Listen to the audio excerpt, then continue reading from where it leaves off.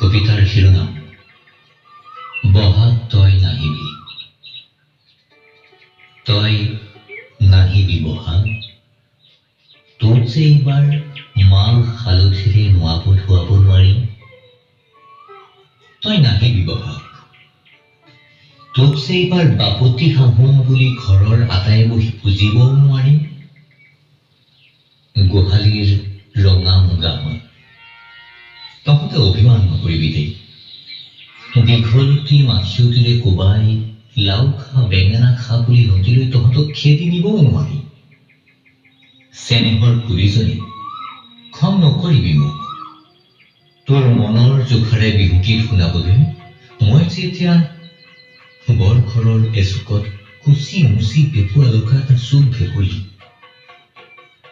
ধোৱা চাঙত তুলি থোৱা চেনেহৰ থোপটোত হেঁপাহ পলোৱাই হাত বোলাবলৈ আমি যে এতিয়া হাত ভৰি বান্ধি থোৱা চিৰিয়াখানাৰ প্ৰাণী।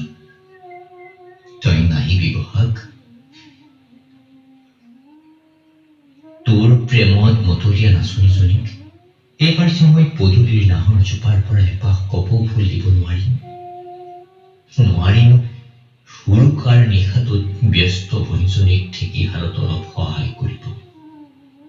তই নাহিবি দে বহাগ, খালী হাতেৰে পুৰণি সাজিৰে তোক ঘূৰাই পঠাবলৈ আমাৰ যে বৰ কষ্ট হ'ব। বাৰুকৈয়ে কষ্ট হ'ব। পথাৰৰ মাজত তোৰ বাবে অপেক্ষাৰত বৰগছজোপাৰ।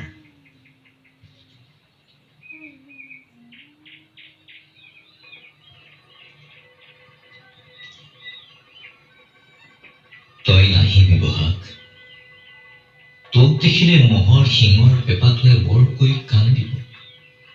চেনেহীৰ খোপাৰ গগনাডালে উচুপি উঠিব। তইহে কচোন বহাগ, বছৰেকৰ চোতালত নাতিনীহঁতৰ আশীৰ্বাদ নাপাই শিৰা ঠাকুৰীয়াই কন্দা আইজনীক কেনেকৈ বুজাওঁ যে আমি এতিয়া সজাৰ ভাতো। মন কৰিলেই কঁকালত টঙালি বান্ধি লাৰু পিঠাৰ সোৱাদ ল'ব নোৱাৰো। আৰু নোৱাৰো কান্ধত ঢোল লৈ সমনীয়াৰ সৈতে গয়াৰ চোতালত হুঁচৰি গাবলৈ। তই নাহিবি বহাগ, পংগুত্বই কোঙা কৰা ভিৰু সমাজত সপৰিষ্কাৰ হ'বলৈ তই কেতিয়াও নাহিবি।